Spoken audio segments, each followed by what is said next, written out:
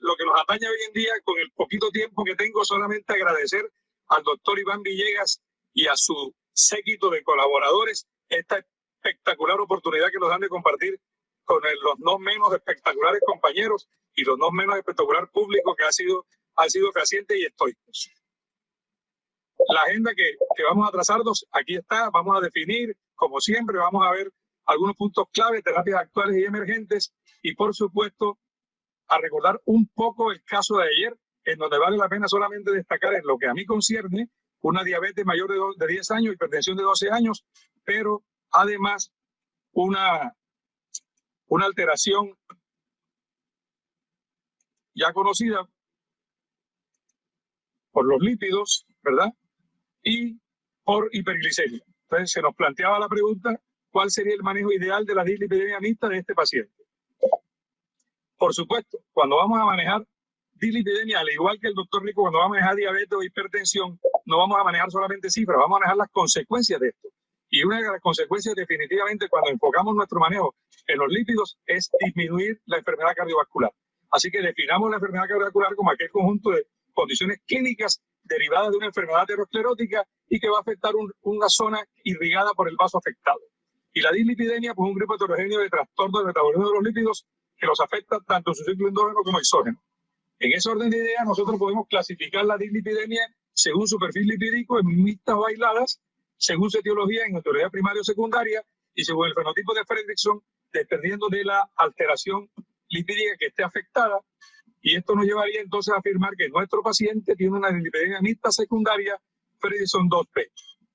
Como todo el mundo habla de epidemiología, yo le quise dar un factor un poquito diferente a la epidemiología como tal y relacionarla únicamente con muerte por enfermedad cardiovascular.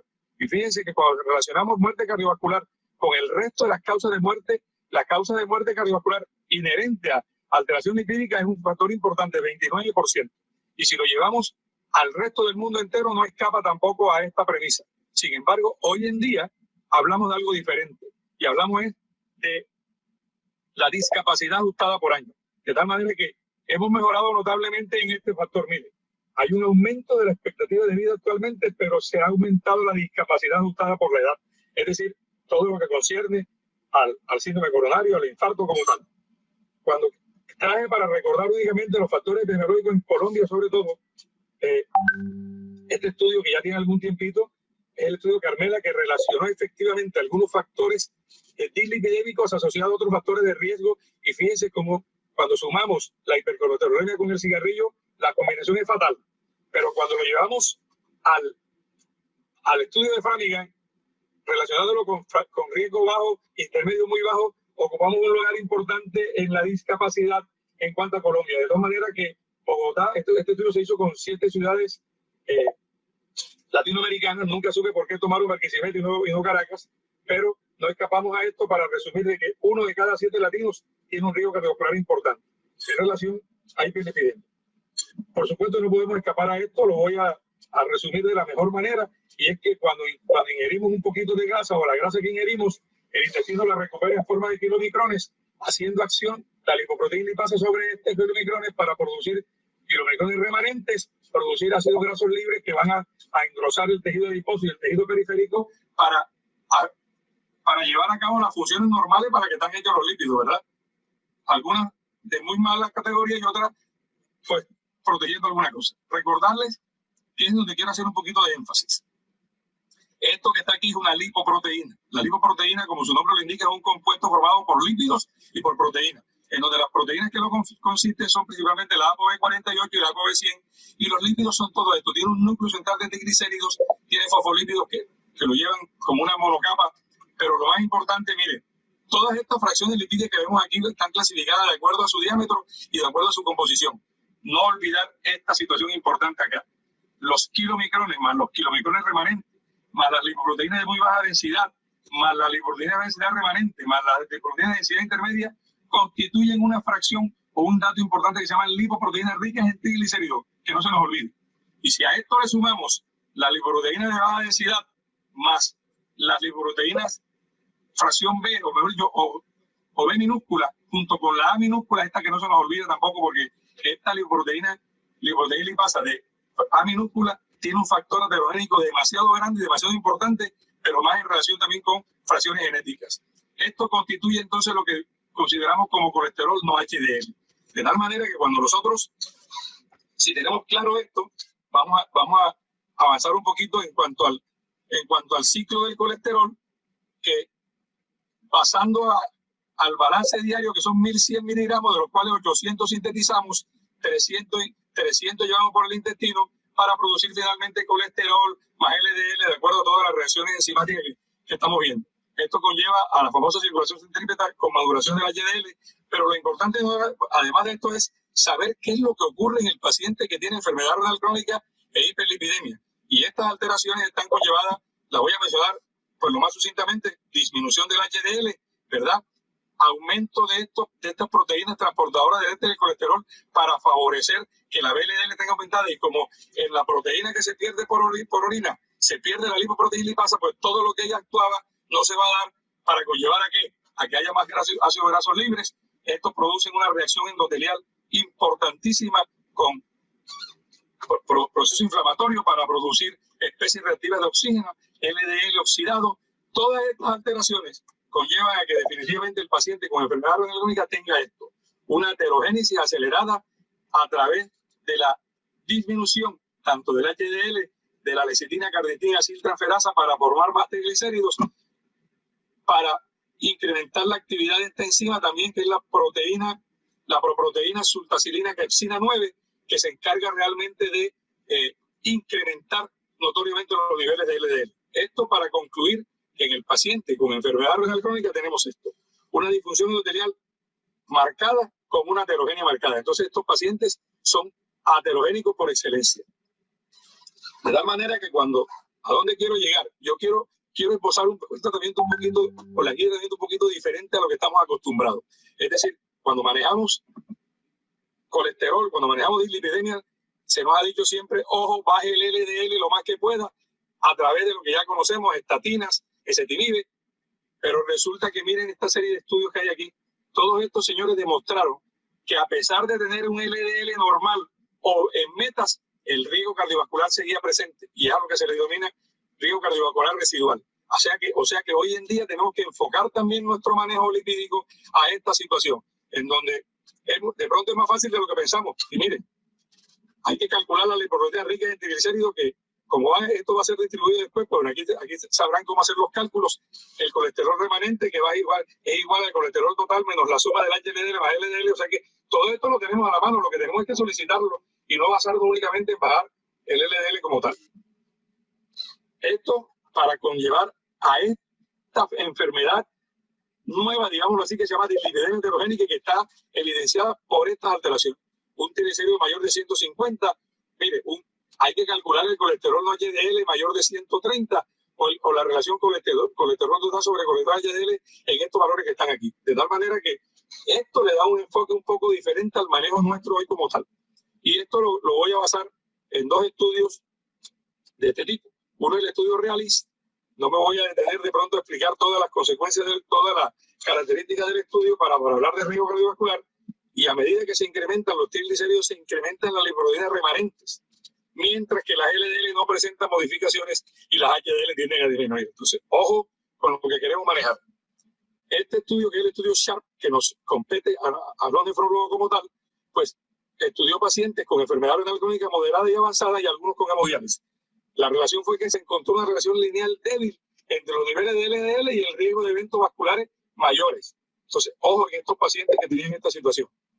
Esto llevó a que el Colegio Americano de Endocrinología, ¿verdad?, hiciera sus recomendaciones, y como objetivo secundario estableció disminuir la ApoB, disminuir la lipoproteína A minúscula, que es la que le dije que está relacionada genéticamente, y estableció estas metas para manejar a nuestros pacientes, donde nos damos cuenta que, miren, aquí se tienen en cuenta todas las lipoproteínas ricas en triglicéridos y todo lo que es el colesterol no HDL. De tal manera que también esbozaron ellos que en los pacientes en terapia de reemplazo renal, la hemodiálisis afecta la circulación del LDL en un fenómeno que se denomina causalidad reversa. Les muestro, por supuesto, las guías europeas de aterosclerosis y la guía europea de cardiología y cuáles son las recomendaciones. Así como el doctor Rico mencionó la estratificación del riesgo, estos señores dijeron todo paciente que tiene enfermedad renal crónica documentada con diabetes y enfermedad renal crónica tiene ya un riesgo establecido y no necesitamos realmente estratificar su riesgo. Y las recomendaciones se basaron en lo siguiente. Para aquellos pacientes que tenían enfermedad renal crónica 3 a 5, como en nuestro caso, y enfermedad cardiovascular, era considerado pues realmente utilizar mejor estatina y ezetimiba, combinación que es ampliamente recomendada. En los pacientes que están en diálisis y ya tenían tratamiento con estatina, hay que dejar el tratamiento. Pero en los pacientes que empiezan diálisis y no se ha iniciado estatina, es mejor no utilizar estatina cuando ya tengamos el inicio de terapia. Entonces, aquí lo que les comenté, no puedo dejar, por supuesto, de rendir un homenaje a este señor Akira Endo, que hoy en día tiene 87 años y quiso emular la acción de Alexander Fleming. Tomó todos los honguitos que encontró, analizó 3.800 cepas, sobre todo hasta que encontró a este señor, y su descubrimiento fue los inhibidores de la hidroximetilglutaril-coenzima reductasa para formar este grupo de medicamentos que hoy en día han sido salvadores, como son las estatinas, ¿verdad? Y recordar que las estatinas para adultos con enfermedad renal crónica, de preferencia con un mínimo de excreción renal, son la atorvastatina, la fluvastatina y la pitavastatina. Los fibratos siguen siendo una terapia muy buena, sobre todo en los pacientes que tenemos los problemitas que decíamos un rato, para las lipoproteínas ricas o para las ricas en triglicéridos, ¿verdad? Sin embargo, la conclusión del estudio Phil dice: actualmente existe muy poca evidencia para recomendar el uso de fibratos en pacientes con enfermedad renal crónica, a menos que los triglicéridos sean muy altos, mayor de 1.000 miligramos por decilitros, en cuyo caso estas terapias deben ajustarse a criterios de dosis y función renal. Por supuesto, no puedo dejar de mencionar los inhibidores del PCSK9, la proproteína sultacilina quepsina 9, en donde vino también a revolucionar gran parte del manejo, sobre todo en los pacientes que tienen herencia con lipidemia familiar, porque su mayor acción está en ese caso. Entonces, los dos estudios que lo simbolizan son el estudio que usa evolucumab, que es el Fourier, y el que usa alirocumab, que es el Odyssey, el cual tiene varias versiones. Entonces, aquí está la ficha de cada estudio, ¿verdad? Y aquí la conclusión fue que, según estos datos, podemos concluir que este tipo de medicamentos tienen una clara y significativa acción sobre el conjunto de las lipoproteínas aterogénicas, que son los que hoy en día esta nueva terapia, que son los inhibidores de las proteínas transportadoras de el colesterol, para nosotros contó con la desventaja de que realmente no se incluyeron ningún paciente que tuviera más de 2.3 miligramos por decilitro de creatinina, y el mecanismo de acción, pues ya de pronto aquí está ya muy especificado con la lecitina, carnitina, aciltransferasa, que transforma los ésteres del colesterol a través de estas proteínas transportadoras en las moléculas que van a hacer más daño. Entonces, se supone que cuando inhiba yo esto, pues no se va a producir esto, y por supuesto el daño va a disminuir. Sin embargo, no hay beneficio de este señor, que es el anacetrapib, en el subgrupo de pacientes con una tasa de filtración menor de 60 mililitros por minuto o macroalbuminuria. Es decir, para nosotros estaría bastante limitado. De tal manera que, ¿cuál sería el manejo ideal de la dislipidemia mixta de este paciente? Al igual me planteé unas 3 preguntitas: aumentar la intensidad de la estatina y asociar a ezetimibe, aumentar la intensidad de la estatina y asociar a los inhibidores PCSK9, o aumentar la intensidad de la estatina y asociar un fibrato. Por supuesto, como no tenemos tiempo para poder preguntarle al público, pues bueno, yo le doy la respuesta, que era aumentar la intensidad de la estatina y asociar a ezetimibe con un seguimiento periódico de ALT. Los puntos claves para llevar a casa: no existe aún evidencia fuerte que respalde el estandarizaje de manejo y seguimiento sistemático del riesgo cardiovascular residual en población general, ni en particular en población con enfermedad renal crónica. Es decir, tenemos que trabajar mucho más en eso. Debe enfocarse el riesgo cardiovascular en población renal crónica más allá del perfil lipídico, es decir, más allá del LDL, e incluso en otros factores que quieren mencionar aquí, como el factor de crecimiento fibroláctico 23. Posiblemente en un futuro cercano se recomiende el uso de los inhibidores en mención asociados a estatina para el paciente renal crónico, aunque faltan más estudios en términos de seguridad y en población trasplantada. Mire, ustedes no tienen ni idea, me voy a robar el último minuto para decirles lo que sufrimos ayer mi esposa y yo cuando vimos que se nos alteró un poco, pero Dios sabe cómo están las cosas ligadas a lo que debe ser. Y tenía que ser así para que a mí se me diera el gratísimo honor de ser la última charla en este magnífico evento, créanmelo. Y solamente incluso me faltó de pronto recordar aquella frase de Bob Canel que decía, no se vayan, que esto se va a poner bueno. No me quiero despedir, por supuesto, sin invitarlos a que en algún momento tengan la ocasión de conocer el mejor municipio del Atlántico, que es Santo Tomás. Y de verdad, muchísimas gracias por el espacio que le brindaron, doctor Villegas. Le estaré eternamente agradecido a usted y a su grupo. Doctor Pertús, muchísimas gracias por su ponencia. Excelente como siempre. Usted es un excelente expositor.